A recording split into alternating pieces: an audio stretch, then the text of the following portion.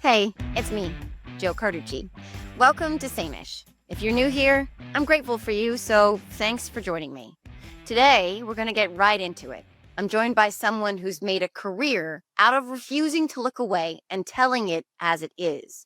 Brian Karem is a veteran journalist, author, White House correspondent, and the host of the Just Ask the Question podcast, where he brings unfiltered conversations with newsmakers and journalists straight to the public.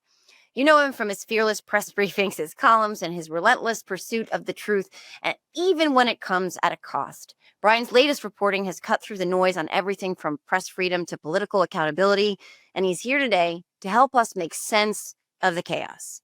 Brian, welcome to SANE-ish. Brian, you've become someone I just cherish in this world. And by the way, friends, look for a regular conversation between Brian and I on Substack starting next week on Tuesdays around 1 p.m. Eastern, because the world needs that. They need two Lebanese crazy people making somewhat sense of the never-ending shit show that is the second season of this administration. But we were just talking about the briefing room, and I want to ask you about that because this Jersey girl got to stand behind that podium for play, which was the coolest thing I ever fucking did. Speaking of cool, Brian, for those of you who can't see this, Brian just put some shades on because he's cool. But you just said they won't let you in the briefing room? What the fuck is that? It's hard to get. You can get, let me restate that. I have a hard pass, and I haven't visited the briefing room frequently at all during this administration because I just can't stand it. It's and while in there, you're not going to get called on. It's only going to be the sycophant. So it lets you on campus, but it gives you no access. What they've done with the hard pass is diminish its effectiveness by diluting the number of reporters who are in the White House briefing room that will ask real questions, and at the same time bring in their sycophants who will ask, the questions like, how come you spout rainbows out of your butt? Aren't you the greatest president ever? Golly gee willikers, and the left-wing media has said this about you, and we know that's not true, and you're great stuff. And they give them, the briefings they're once a week. They last for 30 minutes, and there will be 5 or 10 minutes of garbage thrown at you off the top. The PEP secretary will come out with her pom-poms and say what a great person Donald Trump is, and then we'll take a few questions. 1 or 2 might be serious, and Fox has even tried to push back on them, particularly recently on the Elon Musk bit. They said, hey, you said Pam Bondi said she had Elon Musk's list on her desk. What happened to that? Epstein. Yeah, I'm sorry. Yeah, Elon Musk. Epstein. Yeah, maybe Elon's got one too. But yeah, Jeff Epstein. I have a feeling he just might. Yeah. Yeah, I have a feeling he's hacked and he's got everything. But yeah. So they push back. But it's rarely advantageous for a reporter to be there. And in fact, what they've done to me and others is marginalize us as reporters. So it's ineffective to even be there. Yeah. Frightening. And Donald Trump, by the way, everyone who says Donald Trump is so transparent, he's working about 3 or 4 days a week, and that's it. And this Monday, because Bibi was in town, his fellow criminal, because Bibi was in town, fellow dictator, fellow criminal, and because he was around, Donald Trump showed up on Monday. But until then, it'd been like 5 or 6 weeks since we'd seen Trump there on a Monday. He's always gone. His golfing now is at Sterling, Virginia, at his club in Sterling. And that's what he does. He golfs. And by the way, when the floods came out and started making news, he wasn't in the White House. He was out on the back nine, which is where he'll probably expire as he shanks one off the tee on the 12th tee, shanks it into a nice sand trap. He'll just, as the ball hits the ground, he'll hit the ground. And the last words we'll hear from Donald Trump will be... I often think of the scene from Caddyshack in the rain. Yeah. I'm not willing that on anybody because I don't wish harm I don't wish ill will on anyone. Yeah, I wouldn't even waste my breath or time focusing on that. But I do want to talk because there is this. Let's see. There is this myth or mythology that he is always available and that he's always in front of the press because they're in the Oval a lot of the time. He lets him into these freaking dear leader cabinet meetings, like you said, with Bibi, whatever the hell fucking shit show that was, which again, like you said, like criminals of a feather, one's nominating the other one for a Nobel Prize. It's like, oh my God. That one almost made me laugh. That'd be like Stalin nominating Hitler. Right? Yeah. How do you win? And by the way, the PEP secretary pronounced it as Nobel, the Nobel Peace Prize. It's the Nobel Peace Prize. And he was nominated for it for bombing Iran. So peace through string, bomb yourself into peace and you'll get the Nobel Peace Prize. And then, of course, I mean, there are those who say Alfred Nobel, invented dynamite, but he didn't use it. And being nominated by a war criminal who is bulldozing Gaza as we speak, being nominated for the Nobel Peace Prize for bombing another country. Those two, Brian, I just maybe and I've talked to Joel Rubin about this because like this drives me crazy, but it feels like those two are wagging the fuck out of this dog right now. I don't know. Maybe I'm a conspiracy theorist, but all of that. No, they're jerking the dog off. This is a circle jerk of biblical proportions. I don't know who's giving who a reach around, but these two guys are actively engaged in very, very shady activities. Sorry, not friends, that there's anything wrong with that. friends at home, if you need to scrub that visual out of your mind, just picture your grandmother getting out of the bathtub over and over and over again as my daughter calls me because I put my phone on Do Not Disturb and told her I was recording, but she's 12 and she wants a nose piercing, and this is my reality, my friends. Oh my God. Yeah. We're not even going to go there right now because, she's decided that it's her nose. And so she can get it pierced at 12 years old. And I said, it's your nose. Yeah. I would just remind her at 65 years old, she doesn't want to be able to whistle Dixie out of her nose. Maybe that will be. I mean, yeah. I ran into a 70-year-old the other day who had a nose piercing and regretted it completely because she says, sometimes I wake myself up at night whistling. You know what? I'm going to show her this as a cautionary tale. And it won't dissuade her because she doesn't really want the nose piercing. Of course, she just wants to piss me off and trigger me by saying she wants a nose piercing. But speaking of pissing people off. Yes, I can do that pretty well. Yeah.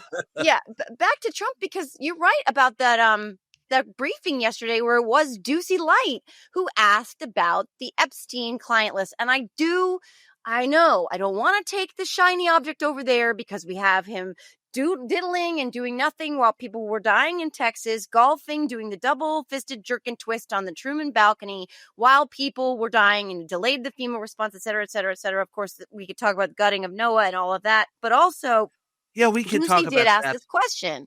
And I'm very curious because Carolyn Levitt's answer, crossless answer, she was not wearing a cross, was very not exactly the answer to his question. So is this a nothing burger? Are they using this as a distraction, or should we be following up on it? Pam Bondi, I don't know if you just saw it. Her answer was a non-answer. The missing minute, like that was a weird thing. They're missing a minute from every videotape from that prison from 1999. Like none of this is making sense. Are we chasing the shiny object? It's the minute where he goes, Trump's coming after me. Trump's coming at. Cut that. Wait, Donald? Donald. Cut. You mean you're going to make it look like I hung myself? Cut. Yeah. I mean, take two. Right. Are they just, is it just a distraction? No. Is nothing of it a distraction? Like, what the fuck? Look, Donald Trump and Jeff Epstein were close friends. And I saw them together myself on 2 occasions that I remember. I didn't know that. As I remember walking out, I think it was walking out of Trump Tower once, many years ago. I believe it was him and Jeff Epstein. At least, Jeff Epstein always looks like Scott Bakula to me. So it's like I'm watching Quantum Leap. Weird. Yeah.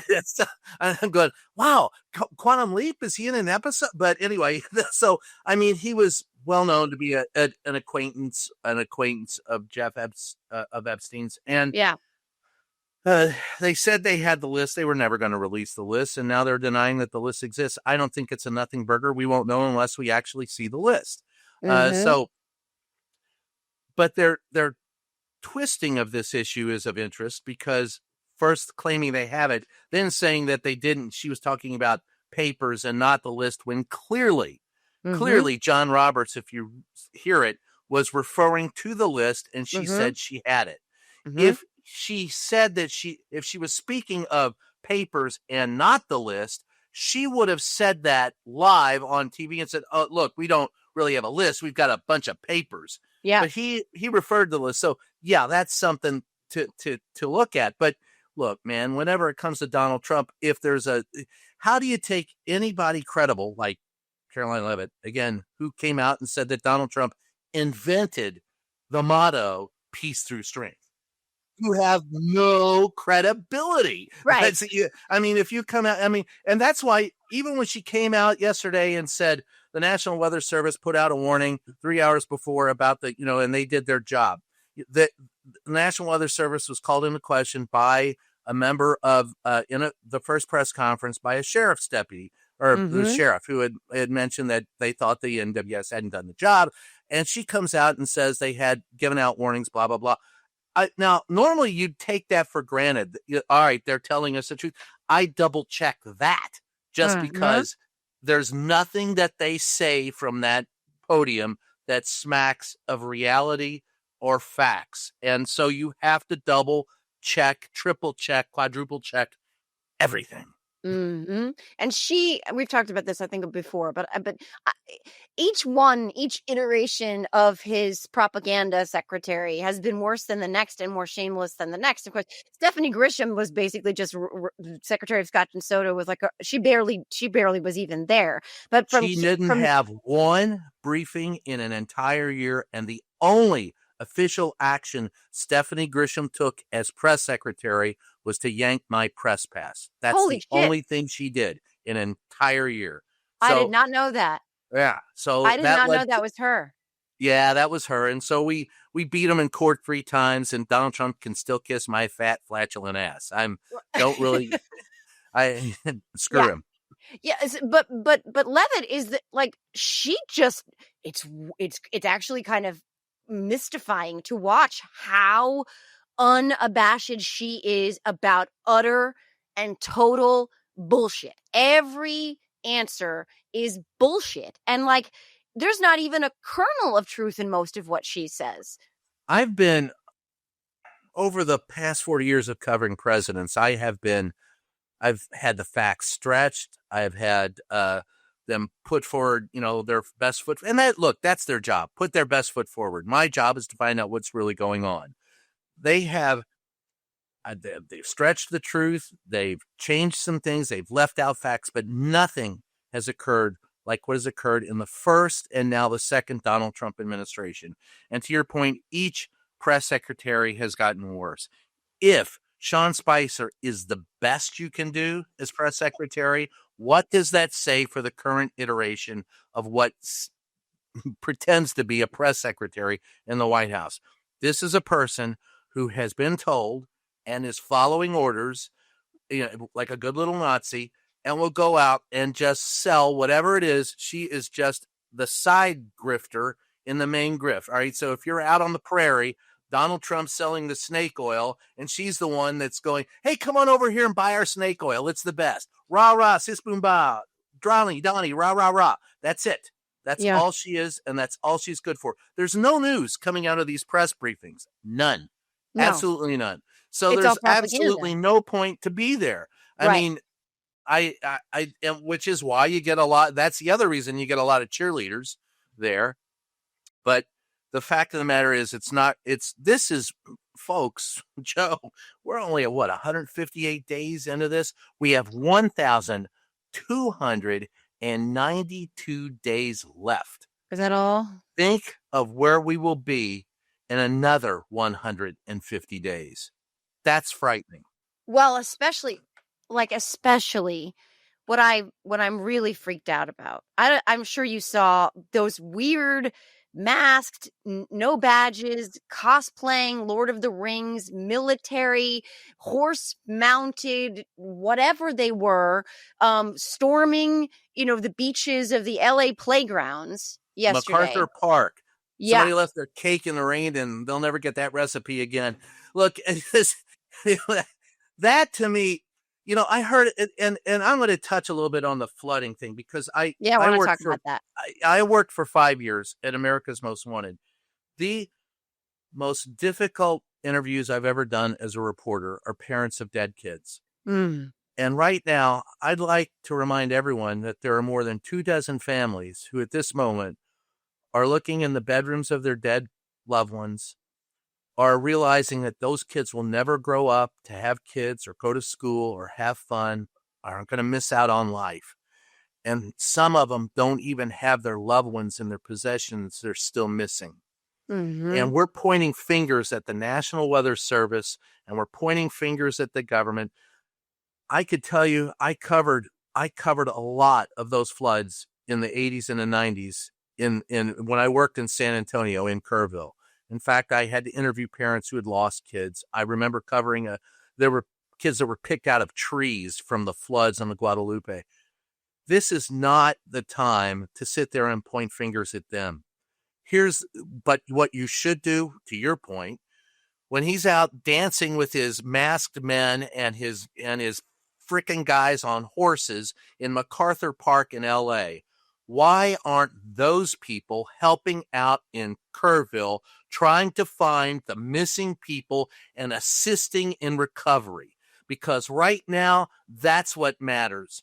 And there are people on the ground, and I know this for a fact because I've been there and I will be there this weekend. There are people that are getting very little sleep. They're busting their butts to try and clean up and find people's loved ones to make sure they're all accounted for. And Donald Trump is out cosplaying in MacArthur Park in LA when those people on horseback would be better off helping out their fellow Americans trying to find their loved ones in Texas. And that's where the criticism belongs with Donald Trump and this administration. And by the way, Donnie, this should be a good indication that maybe you shouldn't cut FEMA, you dumbass, because that's there to help people. And when done correctly, they do a great job. So that's where I don't criticize the National Weather Service and it's done. I saw a headline going, "This is Donald's fault." Look, Donald Trump is an idiot and a bully, but he does not. And by the way, the far right who said this is all a fake thing. Oh yeah, and that they seeded the clouds. That's bullshit too. Donald Trump had no control over this. This is rain, and it was forecasted. Now, maybe they under-forecasted it, okay? Maybe they said 3 to 6 inches instead of 6 to 12. But folks, if you're in if you're in the hill country area of Texas, you know damn well 3 to 6 inches of rain this time of year means get your butt out now. So that's that. And I can't tell you, Joe, the number of times we used to call, they have these low water crossings in Texas, right? Usually dry creek beds, dry river beds. Mm-hmm. You just drive across them. The road drives up to the creek bed, drives through. However, when it rains over an inch or more, there's these, large yardsticks on the side of the road. Sometimes there's even like railroad crossing things that come down because they flood. And I can't tell you the number of times people would try to drive across them and drown. They're going, you think you can drive across 4 feet of water? We started calling them low IQ crossings. And that's, so you got to take some personal responsibility. And I think that in the end, that camp is going to end up being sued by a lot of parents who've lost their kids. But right now, I think the attention should be on helping those people recover and realizing they're grieving right now. And they don't give a damn about how the money was spent. They just are missing their kids. And I think I just want to sidebar on the fact that Republicans were very quick to blame Biden, et cetera, even Harris, for the responses to hurricanes like Helene. Trump went Yes. to North Carolina and laid blame constantly for FEMA's response. I interviewed Tom Perez. He lied about many things related to FEMA's response to certain hurricanes, but if they want to throw stones at nobody, this is not the time to politicize, death and destruction. They should probably not occupy glass houses. That set aside. Yes. You're right, because this is No, what they you're fucking right. did. Both Right. sides are doing it, and it's not helping anybody out. No. And the bigger part of what you said that I want to talk about that I hadn't considered until you started talking is that what this amplifies for me is that we are without a leader, a president who is capable of compassion or empathy or consideration or care. I mean, think about what you just said. And we're parents, we have children, you have grandchildren, right? I'm 19, but I still have grandchildren. That means that I'm 14. But still, like, for whatever faults you want to lay at Joe Biden's feet, I'm a Joe Biden stan to a fault. But Joe Biden was a president who could meet a moment like this with the kind of consoler in chief, the kind of compassion, the kind of empathy. He lost family members. He knows what it's like.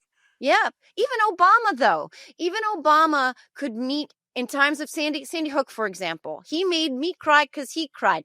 But Donald Trump doesn't give a fuck, to a point where today, during that another Dear Leader cabinet meeting, when asked about Epstein, he said, we've had how dare you ask this question? We're in a moment of great success. And then quickly, as a sidebar, goes, and with Texas, he used what happened in Texas, where you said it. There are people whose babies were taken by a river in their camp bed, and they are never coming back. And he's using that catastrophe to distract and pivot away from a question about a sex offender that he was best friends with. We don't have a consoler in chief, and I think it's weird. We've calloused that over where we're used to it now. Joe, every president I've ever covered was capable of that moment you described, except the current president. And that's frightening to me. I was not a fan of Ronald Reagan. In fact, I think Ronald Reagan is why we ended up with Donald Trump. All right. And Richard Nixon is the root cause of all that. Original sin. Yeah. Nixon, Reagan. Think of the people that have been in the Republican Party that have been president since I've been able to vote. Reagan, 2 Bushes, and this idiot. I mean, it's just a slide down the hill. Mm-hmm. But all of them, before Donald Trump, was capable of at least meeting the moment when there was when empathy and concern was needed. They could unite us as a nation. This man got on TV, 2 days ago, and said the Democrats hate me and I hate them back. I hate them even more. Well, gee, Donnie, thanks for uniting the planet. You moron. Yeah. I'm not even going. I won't curse on your wonderful show as deeply as I wish to. Then fuck it. This son of a bitch is a fucker. Yeah. Yeah. Maybe swearing will help. I love the thing behind you. It certainly lets me get off some steam. But yeah, Donald Trump is that problem. He has politicized this to the point where, and the thing is if you say anything from the other side, right? If the left says anything, that just empowers him even more. That just says, see what they're saying. I did something wrong. They don't care about the people that died in Texas. I do. Yeah. And no, you don't, Donnie. No. I mean, when asked about does this mean that you shouldn't cut funding to FEMA, he says, well, the local guys are doing a great job and I support them. No, moron. You don't get it. Be on the ground as these people are, a guy that's been searching for dead kids for 2 days with maybe 2 hours sleep, they might just need a cup of coffee, a place to bed down, just 5 minutes off the job. How do you do that if you don't have people rotating through, if you don't have support staff?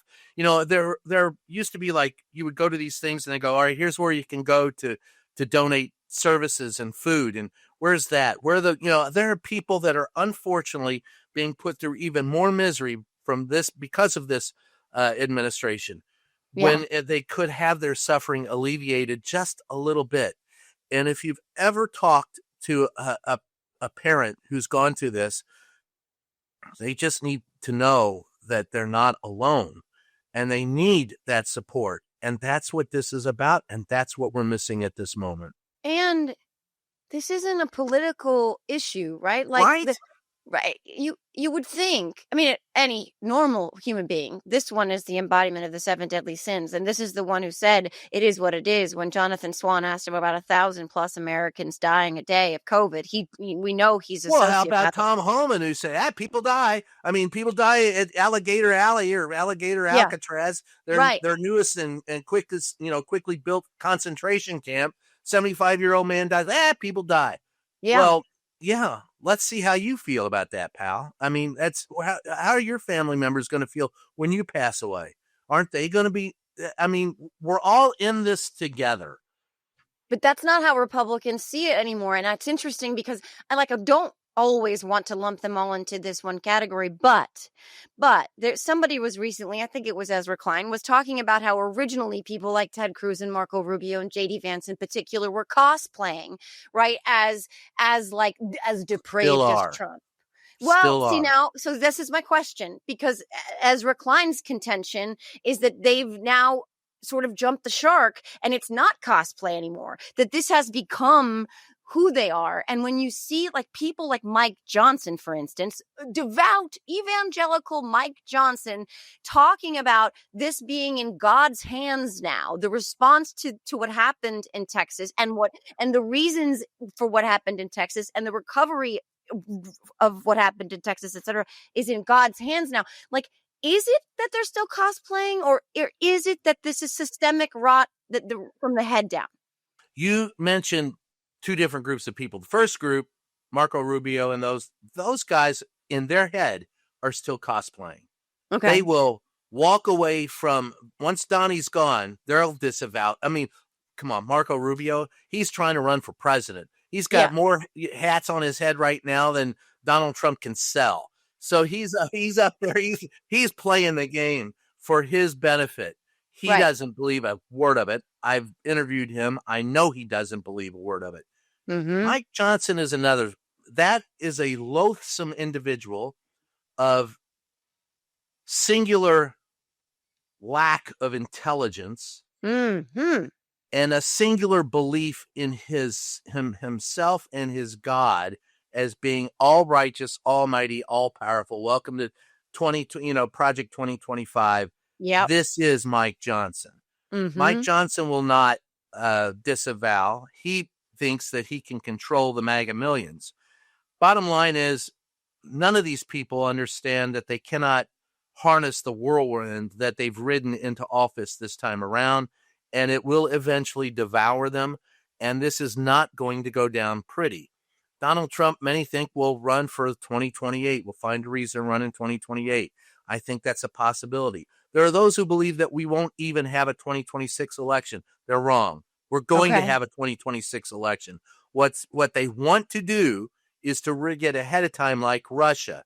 I one time saw a Russian comedian saying, you Americans, all this grief over who's going to win an election. We know who's going to win in Russia before we go in. And that's, basically what Donald Trump wants, to rig it. So a minority party will rule the majority, and they don't care. Mike Johnson particularly doesn't care. If you don't believe him, if you don't believe what he's preaching, he doesn't care about you. He is the two people I find most loathsome in Donald Trump's current administration. Well, three. Susie Wiley is horrible. Steve Miller. Yeah. And Mike Johnson. And Mike Johnson has made sure that Congress bends the knee to Donald Trump. Mm-hmm. There is no independent legislative branch of government at this moment. Whatever Donald Trump wants, Donald Trump gets, which is why we got the one big beautiful law. And Stephen Miller is all about, why are there people on horseback in L.A.?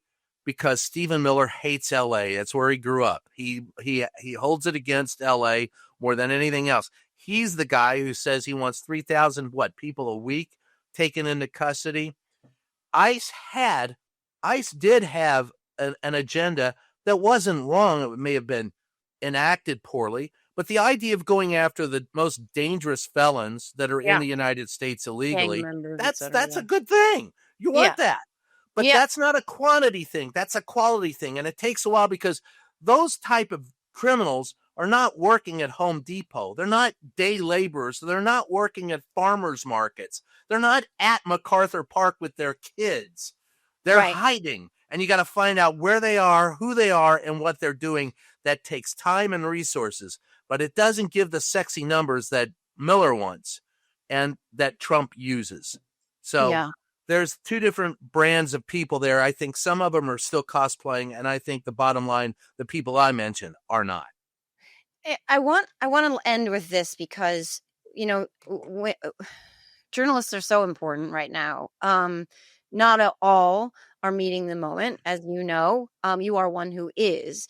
When you're talking about these human issues, I love you, you know that, and I love you too, you know, fucking respect for you, and I don't call myself a journalist. I am not one. I count on people like you to do the work, and then I trust you, and I know you vetted all your sources and information, et cetera, et cetera, et cetera. Not everybody out there is doing that, but I want to talk, kind of connecting what happened in Texas with what you're talking about related to ICE, because we now have seen with the billionaire boner bill that they have increased ICE's budget 20-fold, and that they're going to have 170 billion, Joe, and that is larger than the entire military budget of most countries, including Russia.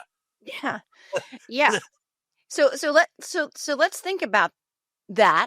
In terms of what we've already seen for Stephen Miller to get his sexy numbers, means abducting people in school drop-offs. It means abducting high schoolers. It means abducting people who show up for court to do their due diligence so that they can stay here lawfully. It means taking people like Abrego Garcia and oopsing him to Venezuela and then taking him back here so that they can get a guy who is literally the embodiment of who they said they were going to deport and give him freedom to testify against him, lie and testify against him. The cruelty that we should be bracing for, like the human kind of cost here on the American public, like we need people like you. We need truth tellers. We need journalists. We need people who are not afraid to tell these stories because I think, again, these are not actually political issues. He's watching those children being separated from their father outside that elevator. I don't know if you saw that video. Yes. Where they were begging. Like, I don't care what letter's next to your name. That's hard to watch and you feel some kind of way. And that's going to be happening to 20-fold, right? On a scale that is unimaginable to me at this moment. And so how do you think we convey that to the American people? I think it's worse than that. I think it's far worse than that. And what I want to convey is that right now, ICE can take anyone into custody. Mm-hmm. And you could say you're an American citizen, but without due process, it doesn't matter. Right. They can put you in a facility and cart your butt to a country, Darfur, South Sudan. Oh, there's a great place to go. Yeah. It's one of the worst countries on the planet right now. And we're sending people there. What are they dropping them off? I mean, what the hell are you even doing? You fly over, you give them a shoot and go, good luck. I mean, what the hell are you doing? Mm-hmm. It's far worse than that. It's far worse than seeing your kids separated. It's all of us being denied due process. So what you're seeing, those kids are just the tip of the iceberg. That's how bad it's going to get. You and I walk down the street. I'm dark complected, dark hair, whatever hair I have left that hasn't turned gray or fallen out. And I'm walking in MacArthur Park. They could look at me and go, "Oh, Karem, what are you?" And then, I mean, I've already been asked that more than once. Like, am I a Muslim terrorist? You're not from this country. Yank me up. And they could go, hey, and people miss the point. When they go, well, I'm an American citizen. And I could say, hey, I can prove it. I'm an American citizen. No, you can't, because without due process, you're denied that ability. That's why due process is there to protect all of us, particularly the innocent. Right. The guilty will be guilty. The innocent need to have the process available so that someone in a mask riding a horse through MacArthur Park can't scoop you up and toss your butt somewhere without you doing anything about it. Yeah. That's how bad. That's what I want people to understand. This is just the beginning. With $170 billion at his disposal to hire 10,000 new people and to build an endless number of chain store, what it's like fast food. They're going up like, the concentration camps across the South are going up like fast food chains. Mm-hmm. That's the danger. And that's what you have to be aware of. This, for people to go, well, we can survive this. No, you can't, because this is just the beginning. You still have 1,291 days left to go of this evil-minded little shit. And I'm not talking about Donald Trump. I'm talking about Stephen Miller. Yeah. Donald Trump is merely the vessel that they have now used to enact their particular brand of terror. And that's Homan. That's Bondi. All of these people that now have power, Donald Trump gave it to them, ceded that power so he could stay in office, get elected, and do what he wants, which is work 3 or 4 days a week and play golf until he shanks one off the 12th tee into a sand trap and goes kerplop on the back nine. That's what Donald Trump wants to do, because he never wanted to face responsibility for his own crimes. So Right. when you get that moron in the PEP secretary going, this is the most transparent administration and we're going after criminals and we're going to get rid of them. Okay, when's Donald leaving? He's a convicted felon. Right. Are you telling us that's an odd way to tell us that you're deporting the president? But I'll take it. Yeah. The last part of that, to your point about this just being the tip of the iceberg, is that people right now who are thinking that's them, that's their problem, right? This whole idea about the lack of due process means it could be you, not you, my friend. Yeah, it could be you. It could be my dad was so darkly complected. He was actually detained at the Mexican border once because they thought he was Mexican. He's 100% Lebanese. I was detained in Lebanon once because I said I was of Lebanese descent. They go, well, where's your Lebanese passport? I go, no, wait a minute. I'm American. Oh, no, shit. well, you're Lebanese. And I'm going, Oh, shit. Hey! Yeah, exactly. But like, I want to go home. Now you might not ask for that, but who knows? But to the point, like, again, these people think that this won't come for them, that this is someone else's problem. Okay, well, folks, if you don't have due process, Honey Bear don't give a shit. It like there's nothing stopping all of this from coming for you too. And then what? Yeah. Honey Badger don't give a fuck. Honey Badger don't give a fuck. Honey Bear, I don't even know. I'm drunk. That's a no. You're funny you brought that up, because that's what a couple of people called me in the first Trump administration, Honey Badger, because I didn't give a shit. I didn't give a shit what Donald Trump was saying. See now, so now I'm going to call you Honey Badger or Honey Bear, because I got that one wrong from now on, because you don't give a shit. And we need more don't give a shit in the good way, not in the bad way. We need more people who don't give a shit, because you know what, you can't give a shit about them trying to intimidate you from reporting the truth. And right now we've seen a lot of people in legacy media who have been intimidated from telling the truth and reporting the truth. Well, what do we have in corporate media today but people who are afraid of? We've had 40 years of constriction in the media business. Every place I've ever worked at has either been closed, bought out, or sold. And every media empire has shrunk. There are twice the number of people on this planet as on the day that I was born, and there's a quarter number of reporters. That's a problem. Yeah. And that began with Ronald Reagan. And I blame him and every other president, including the Democrats who signed on for some of this crap, to remove the guardrails in journalism, and which led to buying out of, and people go, well, what do you mean? I'll make it succinct. I worked for a newspaper, the Courier-Journal and Louisville Times. It was a great regional newspaper that had 12 people covering the state legislature in Kentucky, 10 people at one point in time in D.C. covering the federal government. So covering all of our representatives, all our senators in the White House, and covering the judiciary. They had bureaus in 3 or 4 places overseas. That got bought out by Gannett. Gannett said, well, we don't need all these people there. We already have people there. They saved money. They got rid of reporters. Fewer eyes on what's going on mean that you don't get it covered, and government gets away with a lot of crap. And that has happened across this country. Like I said before, huge deserts in this country, media deserts where there is no local media. And that's Just where locked. the background of reporting, the backbone of reporting is in local press. So that's why we are where we are today. And Donald Trump knows it and takes advantage of it every damn day. He didn't start the fire, but he's certainly warming himself by it. And he's also the guy who starts fires and then claims to be the firefighter when he comes in. This entire bullshit in the Middle East was because he walked away from in 2018, walked away from the treaty that kept Iran from enriching uranium.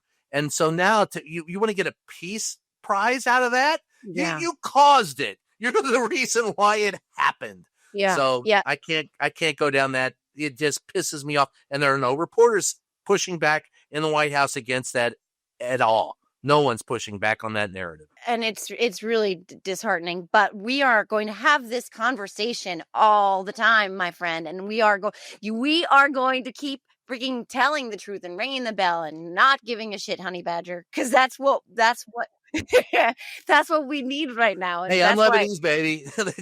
What can I tell you? You got to bring a better brand of bullshit to the game than what they got. Fucking men. So we're just gonna leave it with stay tuned, friends, because Brian and I are gonna have regular conversations, like I said, over on Substack Live. Sometimes we'll have, we'll figure out ways to do specials where, we're gonna answer your questions. There are gonna be questions on Substack Live, but we are gonna have these conversations every week that we can do it before they come and take us and send us to South Sudan. I want the top bunk, by the way, if they even give us bunks. That's all right. I'll shake the guy who's trying to get in. Perfect. I think we have a real established setup here. I think we'll be fine, just fine. So guys, look for that starting next week, Tuesdays, 1 p.m. Eastern. Brian and I just not giving a shit. I think we should call it not giving a shit. I don't give a shit. I don't give a shit. We give a shit, but and you're going to Texas, so we'll be looking for that. And thank you for doing that and for telling those stories, because they need to be told. Well, thanks. Yeah, that's part of the job is being on the ground and not listening to the bullshit, but finding out the real shit.